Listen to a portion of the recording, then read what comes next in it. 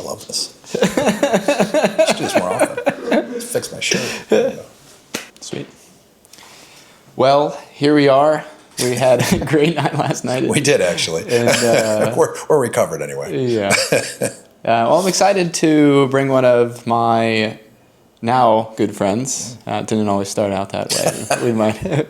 we might banter about that a little bit, but Botcopy's been on quite the AI ride the past couple of years, and we didn't always start out in public sector.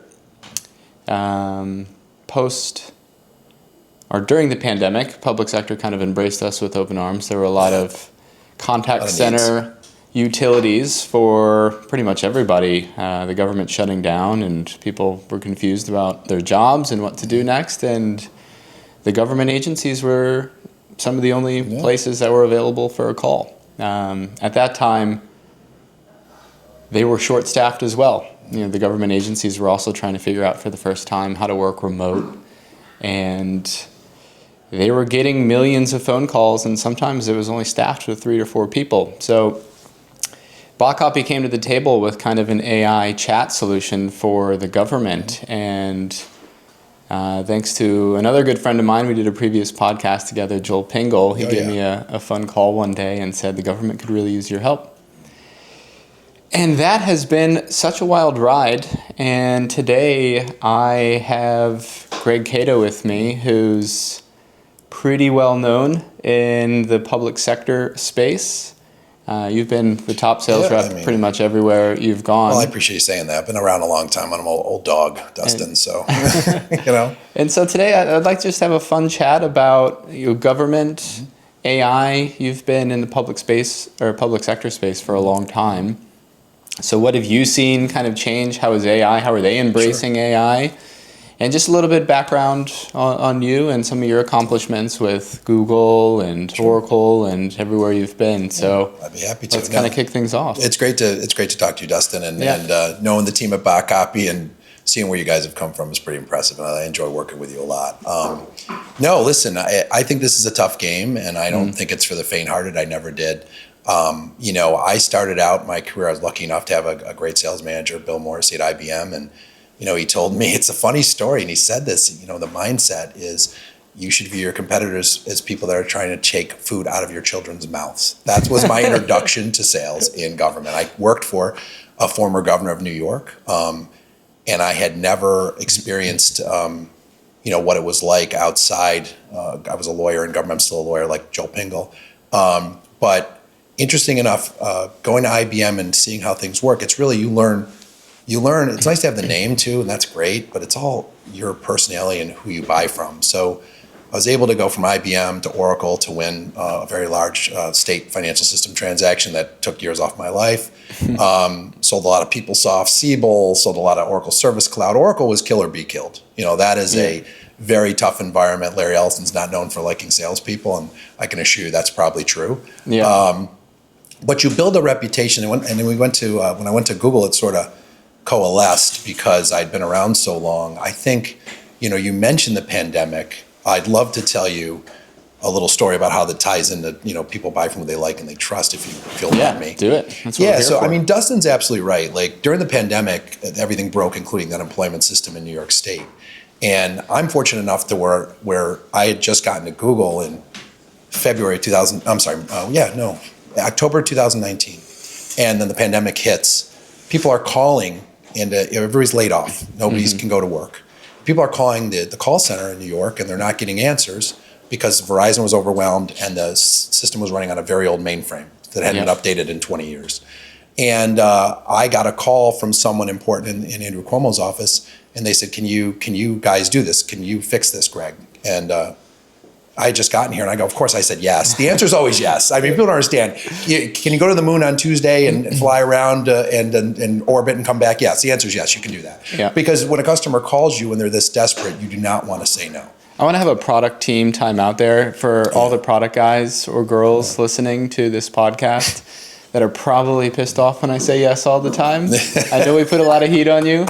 But it works. It totally works. No, we can do it. I don't think you cannot say yes. So anyway, the funny story is I said yes, but I said we got to, let's get on the phone. Yeah. That night, you remember Andrew Cuomo was doing these press conferences on CNN and everywhere else, and he goes on the press conference. Now I just said yes, we could do it. I didn't say I figured there's going to be another planning call, right? His chief of staff got up that night and said, tonight, Google will take down the unemployment website, and tomorrow at 7:00 it'll be up brand new, and it's going to be great. So I'm sitting there at my house watching this, throwing stuff at the TV because I'm now going to get fired, I'm sure. Yeah. I got a few funny texts from people going, wow, that was great. Good luck. And I was cracking up. I was like, remember, I just gotten here 3 months. This is nationwide TV. Yeah. I'm going to get fired is my first thought. But I was fortunate enough to work for a couple guys that I'd worked for at Oracle that are really great guys, and they supported me as always. My management was always supportive. And we were able to work out a contract, sketch out something overnight. Well, not overnight, that night. And we went live at 7:00 in the morning with a 12-hour go live. And a lot of people, including a lot of engineers I know, worked very hard all night to make that happen. But that was the trust they had in I think, my relationships, because I had known the person who called me several years, and then the trust in the product, and then the trust in the staff, right? Yeah. We made it happen. It went live on time. Now, those applications didn't go anywhere. They literally went in the cloud at 1 terabyte a second when we turned it on. But the interesting thing is the public felt better, and then the bad press ebbed over the next 3 weeks, and we were able to tie it back to the mainframe. Kind of cool stuff, right? But that started the run. And I say it all the time, if you're a sales rep in this business and you don't say yes, it's because you're not confident in either your company backing you up. And these companies, Dustin, they're very big. And my philosophy has always been they're going to survive, but government is fragile. Yeah. And if government doesn't function, we all don't function. So companies will be fine. You can say yes. Google, Amazon, all these companies, they're going to be just fine. But government may not be. And if you're going to use your relationship to deliver, I think that matters to the betterment of the public. And you made a difference. And we went on to an incredible $250 million run after that because of that risk, frankly, that I took and the team took. So, what was like government's appetite? Now it's like everything AI, and we're selling AI all over the place. What was like it in the beginning when cloud first came around? Like, you've been in the heart of this cloud war, and people on the other side of your table, probably on the competition side, probably hate seeing you. Some of them. I'm sure. What was that like? Like, before it was on-prem solutions, and now you were at Google, Oracle. These are all big cloud companies. So how do they get into the public sector space? Well, it's funny because now, without a push and a shove, because I know for a fact that the former CTO at that time, when I was just telling you the story, we had a whole bunch of servers ready to go to light up in the background in the data center. And what you realize in government is New York State's different. They have a data center. They're always going to have a data center. But some places do and don't. But the hybrid seems to be the way to go. And with AI tied in a very careful, safe way, which is where bot copy comes in with some of your products like TrueQ, that you're making AI safer, letting a chatbot run loose. You know the story of the chatbot that sold the car for $5 and the guy shows up and says, hey, where's my car?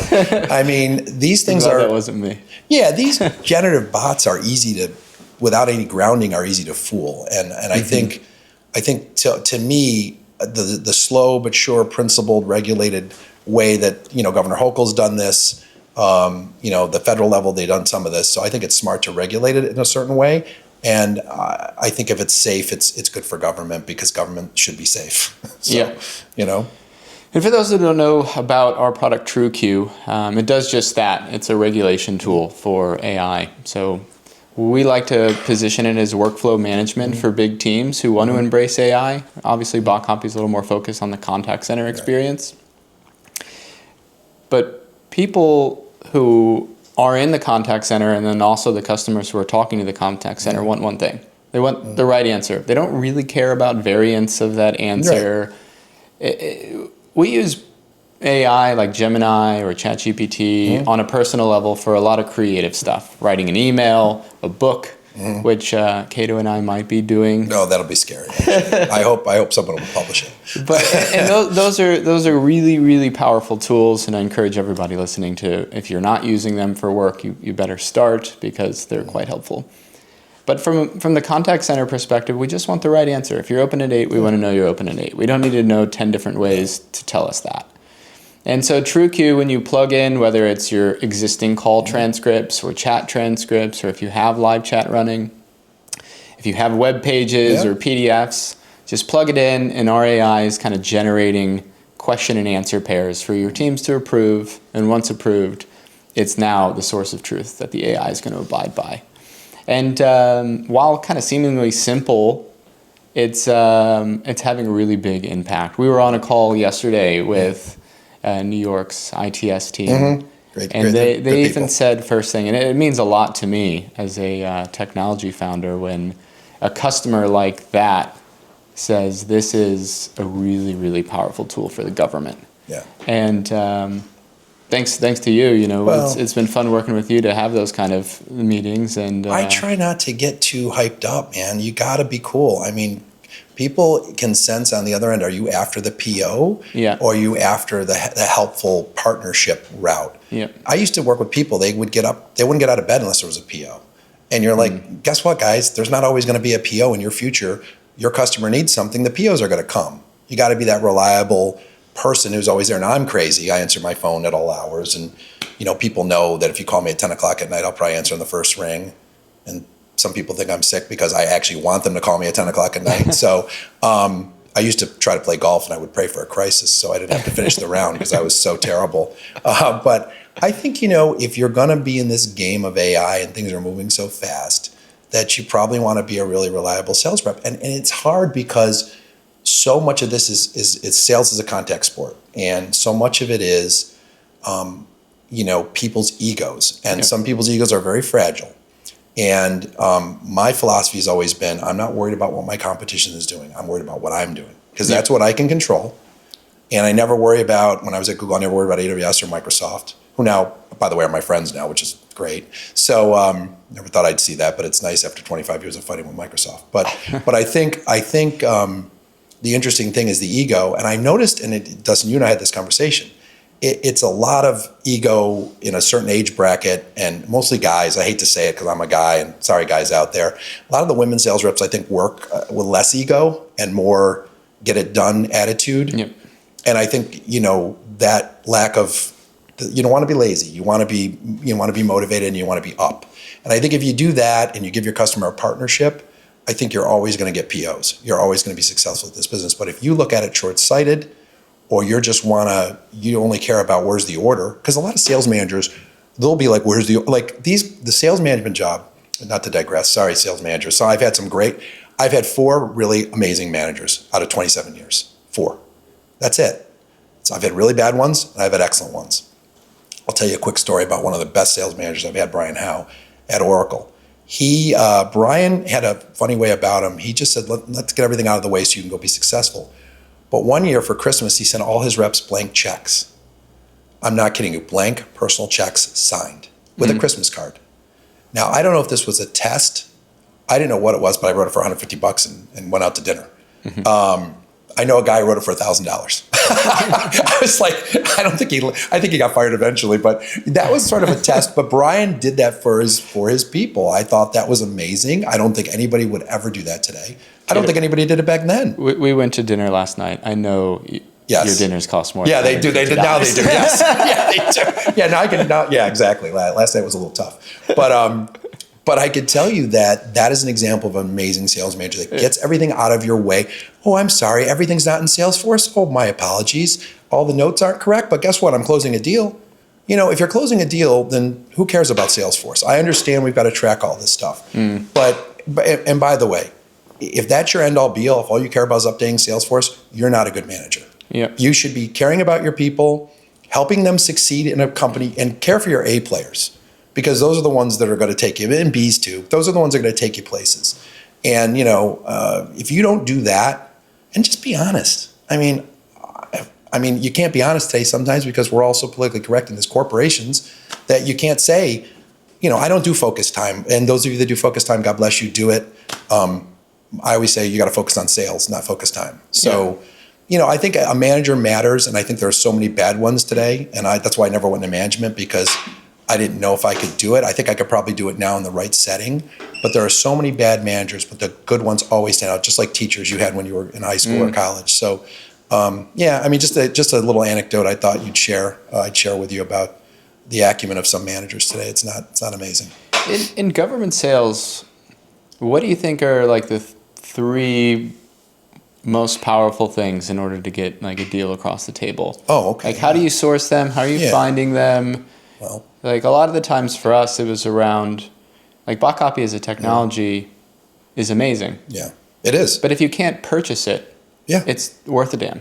So it took me about 1.5 years to really understand government procurement cycles, being a reseller on NASPO, Google Marketplace, being able in New York, going direct to like a direct vendor relationship. Yep. I get from your perspective, because what's interesting here is we've got completely different perspectives. Like you've worked at the biggest companies in the world, and you're notoriously the top sales rep every time. Well, and not without cost, but yes. Go ahead. And I'm on the other side of the table, started a company from scratch with no money, growing a team pretty aggressively. I remember the first time when we made $1 million. I was so excited I threw up.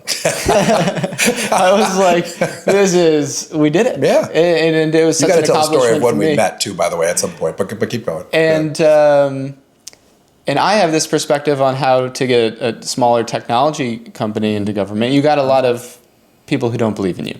Yeah. You got a lot of government who, and we can talk about how we first met, but one of the first things you said to me, you're too small. And, I'm so bad. I don't trust anybody right away. Yeah, I did say that. I try to stand up a little taller. That was so bad. We'll tell that story in a minute. But if you want me to answer, I can on the three things or so. It's always three things. No, I think it's political acumen. You're a salesperson, but you're in government, so you got to have a little political attune. Mm-hmm. What's the priorities that are coming out of any governor's administration? Like what is they pushing? Is it I go to the state of the state every year. I listen to the governor's priorities. We have lobbyists that we plug in when we need them. I don't need a lobbyist too much, but I do value lobbyists and the right lobbyists. So you need political acumen, and that will encompass like what are the initiatives. What's the governor pushing? Where's the federal money coming from? What's the programs this year? You want to be on those if you're in business apps all the way. Mm-hmm. Secondly, I would say you're right about procurement. You have to know the process. I can say, I have the best product in the world. Well, if you can't buy it, it's not worth a damn. Yeah. Procurement's hard. And I think people don't understand how hard it is. They think they can just walk into a state and sell. That's not the way it works, especially not in New York. And New York City's even, the same way. And then I think it's really goes down to follow-up. People do not follow up. An email is great, and we'll always send an email with the deck or whatever, but I'm texting, I'm calling, you're relentless. I remember a great story, and I love my dad very much. I miss him. And we were walking, I had my dad in Albany. In the latter life, he would go to sales calls. I'd make him wait in the car or something, or he'd go into a restaurant or wait for me. And the funniest thing was, we were walking across to the state capitol. We ran into this guy who was a deputy commissioner at DOH. And I said, Brian, hey, I want you to meet my father, Phil Caito. He said, Mr. Caito, your son is the most persistent son of a bitch I've ever met in my life. And my father just laughed. Well, that's what it takes. And then what it takes, because I'm going to text, I'm going to call you, and I'm going to be there. And I think they get a kick out of it sometimes. Like, geez, I better call Caito back because he's going to probably jump off a cliff or something's going to happen. But no, I really like to follow up with the customer and get the answers. I think those three things are important. So I think a lot of sales reps or people in this space are really afraid of the word no. Yeah. And you're going to get it. Mm-hmm. You're going to get it more often than not. No is where the selling starts, we used to say. You just be persistent. Yeah. Like keep the product good, keep your relationship there, and it'll eventually come around. And you got to stay even. I mean, the business is, you're going to be up and down in this business, and it took me a long time to learn this. I wasn't always this way. You got to stay right here, because it's going to be here, it's going to be great, it's going to be here. And if you're not here, then you're just going to be, and you're going to be emotional. I don't care what anybody says. Some people don't like emotions. Guess what? It's not sales. And I don't like this, it's all business, it's just business. It's never just business. It is personal. It is a personal thing you have. It is not just business, because all business is personal to me. And I just don't understand that mindset. And loyalty. I'll add a fourth one to you.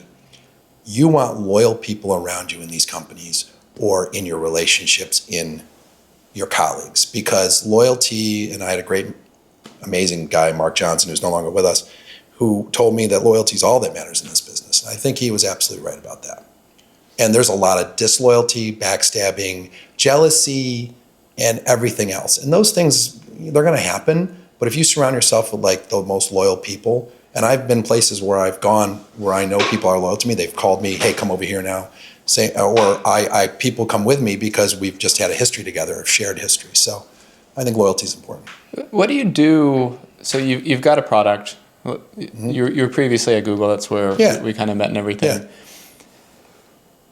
When you're trying to position whatever you're selling, how do you understand if there's a budget for it? How do you create a budget for it? If there's contracts with another competitive vendor already, what do you do in those situations? Well, I try to be first mover on some of this stuff. If we know there's call center modernization, we're right there. Hey, we were your AI. We'll try to cut an enterprise deal right away, which what I did. We cut an enterprise deal with New York State, and we became the answer to a lot of things because we had the procurement path. I think, again, I think it's all about, hey, this year's priorities are, integrated eligibility or call center or a low water income program that we did.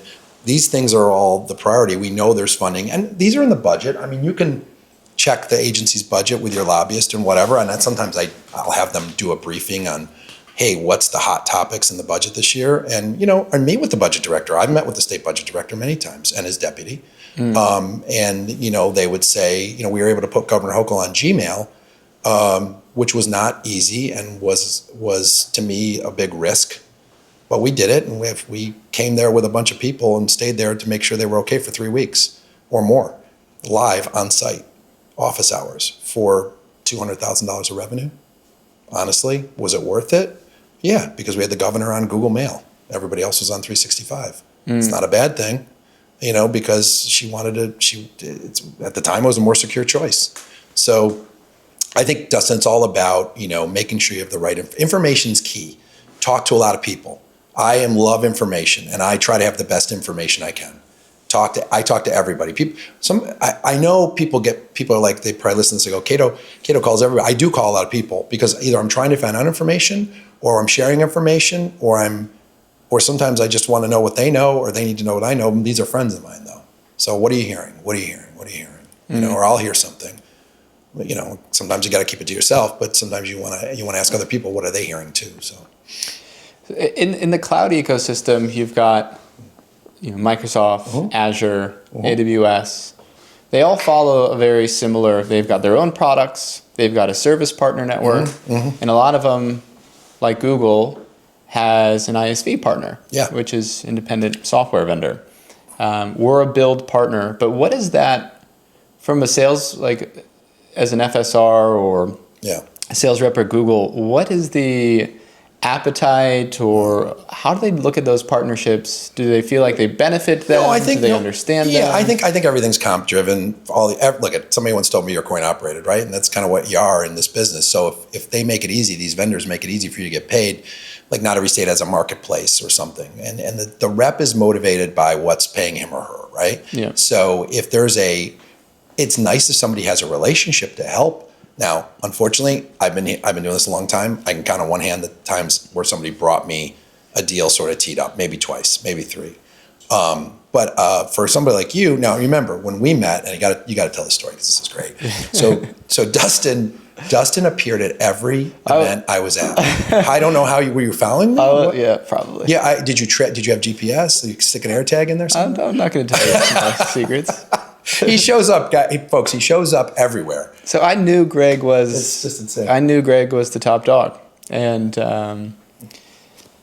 I want to be affiliated with the best salespeople in Google. Like we truly believe that together, when we sell our product, not only does it drive more cloud consumption for your quota, but we can make a lot of money, and there's a lot of different benefits. Maybe in a little bit we can talk about how a comp structure is set up for people who are listening who have no idea what cloud sales even feel like, how you get paid. But I was, and you weren't alone. Followed a handful of people. Yeah, but sure. you were kind of the most difficult. difficult one.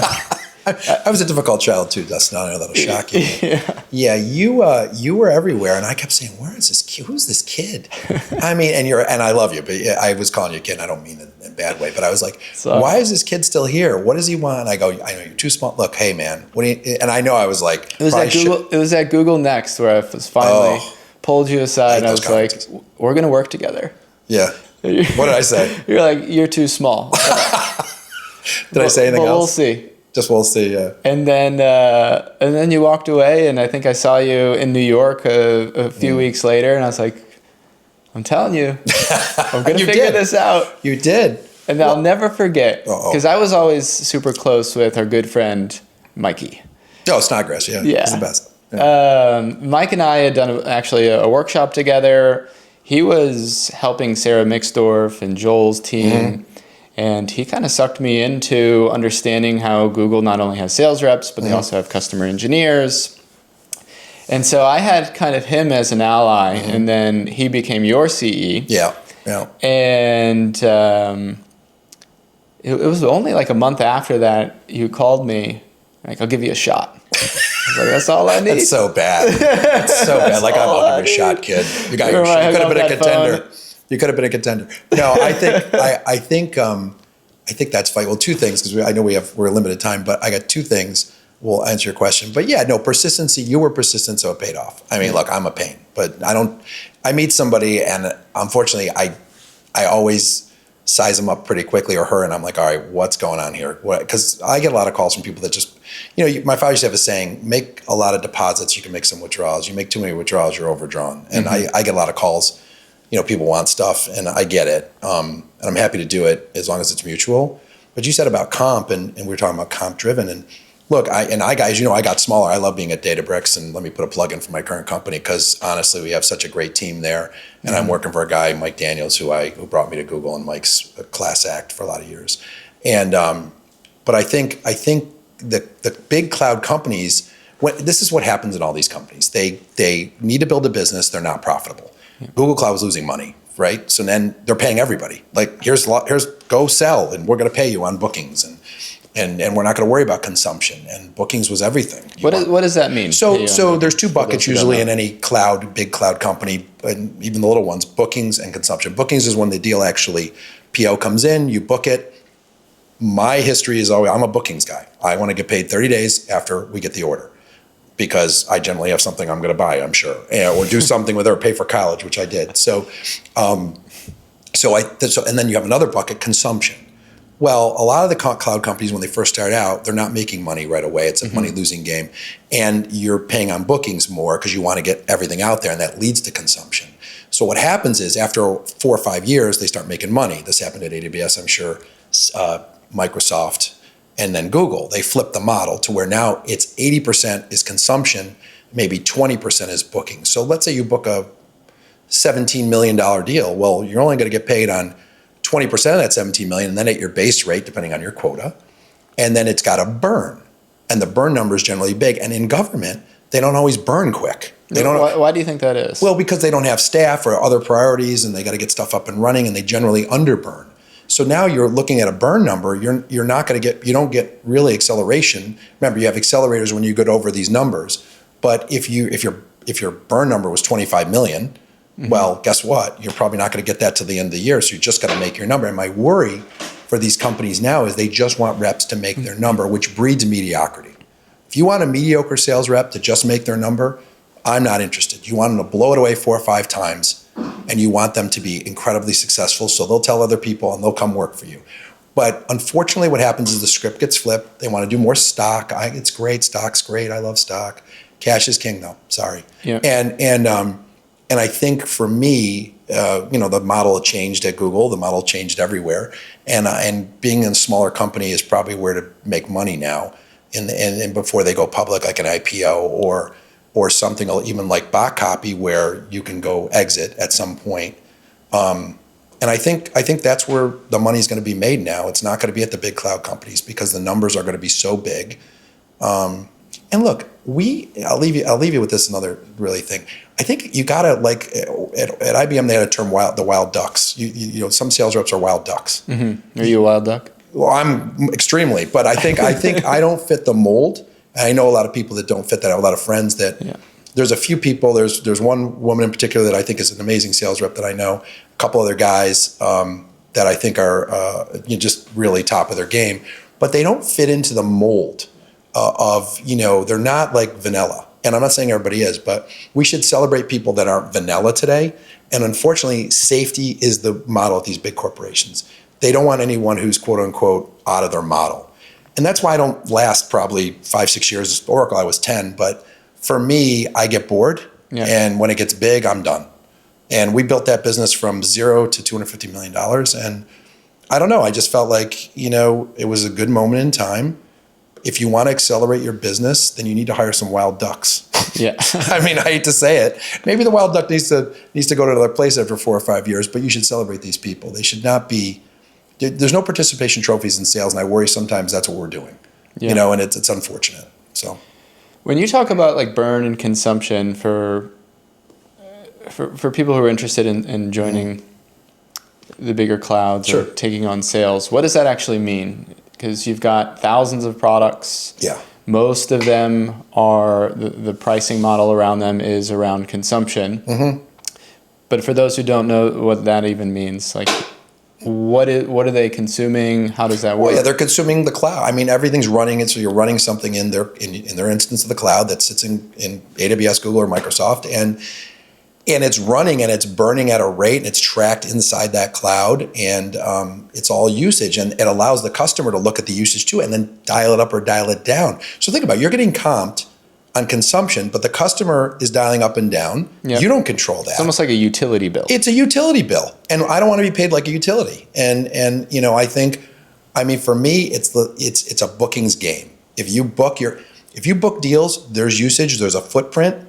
I always said, shavings make a pile sometimes. $50,000 deal, $100,000 deal. You started out with a very small deal, and guess what? It's going to grow because you got a footprint. The worst is no footprint. For us, it's kind of land and expand. Even if we can just get in the door, that's such a great wedge to add additional value and bring things to the table. Yeah. And do you feel like with AI, a lot of the contracts that are going down right now are so high on the consumption, even though what's difficult sometimes for me is every other week it feels like something changes within the AI. Yeah, 100%. So what is the feedback if something isn't consumed as high as they thought it was going to be? Well, then guess what? The customer would probably say, I don't want to pay for that because I'm not consuming it, which is it. But we try to get around that, try to get around it by doing a subscription fixed price. But governments don't necessarily want to commit unless they know they're going to use it. Yeah. So the industry is good. The public sector industry is not good for those models. It's good for commercial, because you've got GE and what Dow Chemical, they're going to use the hell out of it. What do they care? But government is going to be very regulated and careful with this. So I think we're at a crossroads with comp on big companies, and I think you're going to lose a lot of great reps because you're just going to go to mediocrity with this. It's not a good model. So yeah, this is great. We're going to edit that out. Yeah. No, but Dustin, I'll ask you this. Let me ask you some questions. I love this. We'll turn it around. Oh, can I take over the interview? Finally. I've always, you got to laugh. If I can't say it, answer. I might just whisper it. I'm Batman, right? I literally wanted to be a sportscaster when I was a kid. And I actually interned for a sportscaster in Albany while I was in law school because I wanted to deliver sports. He goes, yeah, kid, you're going to have to go to like Minot, North Dakota to start your career and make $20,000 a year. I'm like, well, I guess I'm not going to do that. But I really wanted to be on TV, so I feel like I can interview now. So no, Dustin, I was wondering from your perspective, like, what has been the raising of the money? The board you have is pretty outstanding, and you've been able to sort of bootstrap this thing without a lot of craziness. And I'm wondering how that model, how the hustle that you have and the drive that you have to get that done, that must be, a lot. And you've got the company riding on, sales and your ability to really raise money fast. I loved that model, and I'm just curious what you think, how that's been going. Yeah, before Bot Copy, I was working at a company called Expert Dojo. It's like one of the first Dojo. partners there. And at that time, we were this startup hub in Los Angeles. We had these ambitions to be kind of the YC, Y Combinator of LA. Yeah. And when I was there, we weren't really putting capital into companies, but we were more of a general assembly, which is kind of a boot camp for people who want to become designers or developers, but for entrepreneurs. And I absolutely loved that. We were doing about 1,500 different startups were coming through our doors, and we do training programs. The expert part of Expert Dojo at that time was having people in marketing and people in sales and finance and product. Every week a new specialist would come in and talk to the cohorts, and we were kind of known for helping companies from a napkin idea to their first check. And what I was noticing at that time is everybody was so focused on raising a ton of capital before they even had anything. And it was really challenging for me to understand how you actually could value a company that doesn't exist yet. And there was a lot of venture capital, especially from San Francisco, going around at that time. And our philosophy was like, your customers should be your first investors. And there's going to be this problem in the market with all these companies who raise millions of dollars, high valuation, but then have no sales. So we were very sales focused. And eventually I ran into this company that came through our cohort. It was called Swelly. It was a chatbot company. They were like one of the first. Swelly. That's a bad name. They were a great team, and they were like the first chatbot on Facebook Messenger. Oh, wow. And I sat down with the Swelly team, and they came in an Expert Dojo with 3 incredible engineers and product team from Austria. And they had this chat experience, and it was designed to help people make better decisions on what outfits that they were trying to wear. I think their target audience was 20 to 25-year-old women. And the copy for the chatbot was really stale. I think English was probably most of their second language, but the engineering behind and the functionality of the application was amazing. And it was like one of the first chat experiences that I had seen at that time before Google's Dialogflow was Dialogflow. It was actually a company called API.ai. Google eventually acquired that. And they had built this experience, but the copy was bad. And so I loved to copyright. And one of the specialists at Expert Dojo he had just sold a company that he was with to GoDaddy. It was called Mad Mimi. Rob LeBeau, he's a co-founder of the company as well. He's also an amazing copywriter. So I'll never forget this story. It does have a purpose here. We came in, and we spent all night at Expert Dojo with this team rewriting the entire chatbot, giving it this like blubbery, funny personality. We released it and got millions of users in the first 2 months. And at that time, I was like, wow, this bot copywriting has some legs. How can I figure out... Hence bot copy, then. Yeah. Got it. Wow. Yeah. So that's where it came from. That's where it came from. It was originally a creative copywriting agency for AI. If you will. Yeah. Writing the scripts. And this was before LLMs, and at that time we were even predicting LLMs. We were calling them, the space was calling it NLU, natural language understanding. And we were all expecting NLG, natural language generation. Really became LLM. OpenAI came out, shocked the world. But I wanted to, as a company, from what I learned at Expert Dojo and what we were kind of preaching there, I didn't want to take on any money. We had some success writing a chatbot with the Swelly team. We had a handful of customers after that come to us. And so BotCopy bootstrapped for the first 3 years of business. And we were just doing creative agency stuff, and all of that work I really look at as that was our research. We were in the space way before this all popped off. And then the market told us, it wasn't investors that we were reaching out to and collecting money from. It was the market that was telling us the direction that we should be going. As it should. And the market I always say the market will drive your decisions, but if you hire people that can move a market, then there you go. That's the perfect scenario. Yeah. And we were off to the races, and our customers, we found out Facebook Messenger was a good platform. I didn't love it. For social use cases, it was fine.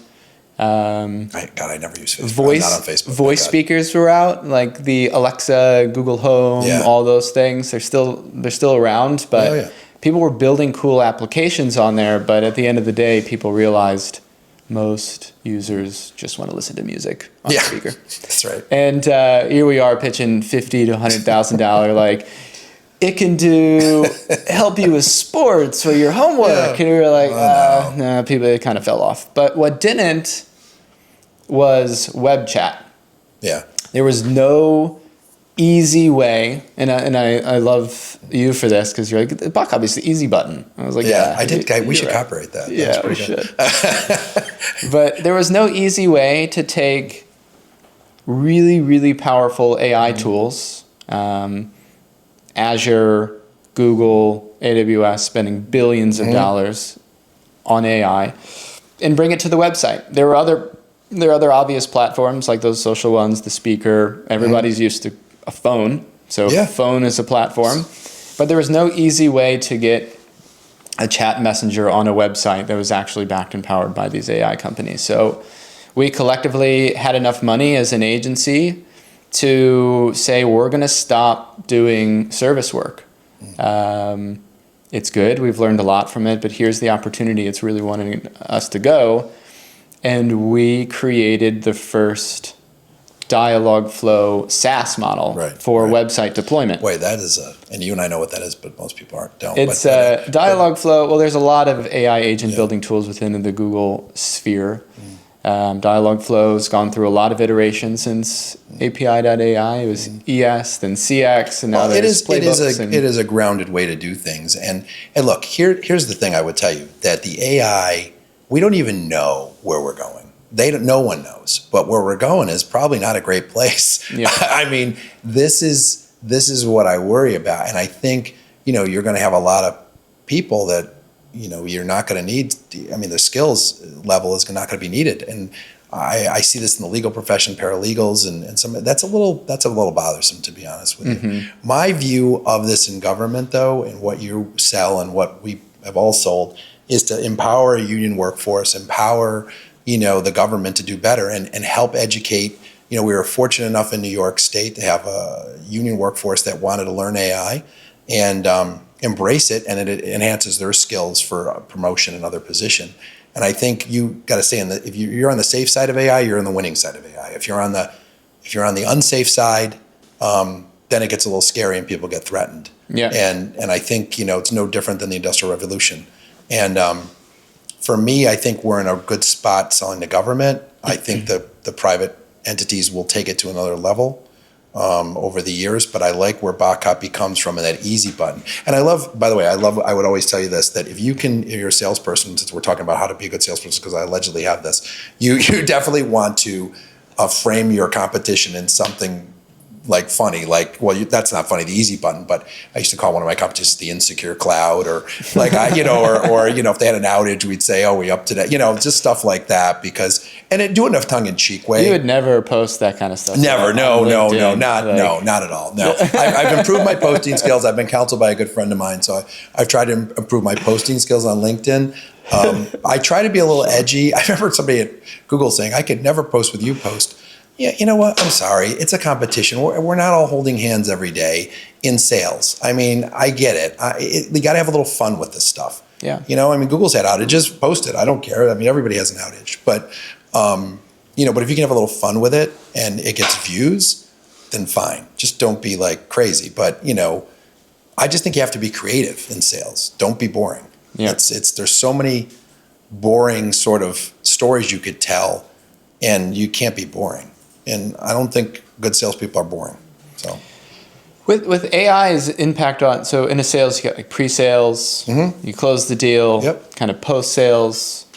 And you got to kind of monitor the post-sale activity, because then you got to upsell, 100%. you got to do all these Well, things. you got to stay involved with your customer. If you don't, you're not going to be around long. What's like I feel like the cadence between customers is changed quite a bit with AI, because it's rapidly innovating. Yeah. And sometimes you'll sell something and then 4 weeks later it's like a new product name or something. Yeah, we came out with something new. Guess what? And how are you seeing this shift in customer relationships and the importance to have like a Mike Snodgrass, like a really talented CE? Oh yeah, and keeping them involved, like it's just 100%. a different. So my philosophy on engineers, and look, all you engineers out there that have worked with me, I feel bad for you, but I also know we had a lot of fun, and we all went to club together, and we had a blast together, and you probably had to decipher my texts, which were not coherent, and my emails, which were probably even worse. But no, I've been fortunate enough, and I say this all the time, the engineers that I've been fortunate enough to work with, and I've had at IBM, at Oracle, and at Google, some of the best in the business, and that's a winning team. And I encourage the engineering team to have a relationship with the customer, the technical side of the customer. They can talk to them without me sometimes. I'm okay with that. I don't need to be a control freak. I want them to have the relationship. I want to know what's going on. Maybe afterwards, hey, I talked to this guy. And Mike was another guy who would do that and then say, hey, Greg, we just did this cool thing with Gemini or whatever, and I thought that was cool. So I love that he did that, and I think you have to encourage that. And then staying involved with the customer afterwards. Don't let them go on their own. You got a PO, who cares? You want another PO? You better stay involved. Yeah. Simple as that. On the Dustin kind of follows you everywhere. I'll never forget when I crashed Google's sales summit, the Elevate last year in San Diego. Yes, you did. We can kind of end on this because I'll never forget it. But I drove down. It was great. It wasn't great that LA was. At that time, they had gone through some serious fires and damage. Yeah, it's terrible. It is. But I flew into LA. I lived there for 10 years. I love Los Angeles. Saw some old friends. But the car rental, because there wasn't really anyone traveling to LA, had all their luxury lines at pretty much the same. What did you drive? Same price. I drove an M8. Yeah, that's right. I remember seeing you in that car. And, It'd be quite an entrance. Just a convertible M8 down the PCH all the way to San Diego. I meet you at Elevate, and Mike's surprised to see me as well. And we're getting in the back, and we got the Who blaring. And Mike's, I've never seen someone so happy. He's standing up in the back, and he's like, I love this. That was driving down with the Who blaring is a moment of frozen in time for me. So I remember that. Listen, if you're not, I'll end on this. If you're not having fun in this job, then you're not in the right job. Yeah. We got to have fun. I'm sorry, say fun, but have fun, because if you're not, then what good is it? Life's short. So we try to have fun too. Yep. That's it. I love that. I appreciate the time today, my friend. That was a lot of fun. This was great. We got to do this more. Maybe I'll see you again soon. Yeah. You'll pop up somewhere. Well, we're writing a book. That's a rumor. We'll see if that happens, but I'd love to do that. And hopefully I get a copy. I get somebody to proofread, because I'm terrible. So thank you. Well, thanks for joining today, Greg. Thank you, brother. It's always good to have you as a friend, and look forward to doing a lot of business with you this year. Same here. Thanks for the time. Yep. Peace. Take care. All right. Wow. We should. I got to tell you. I think that was great. He probably sees 50 of these. Like, these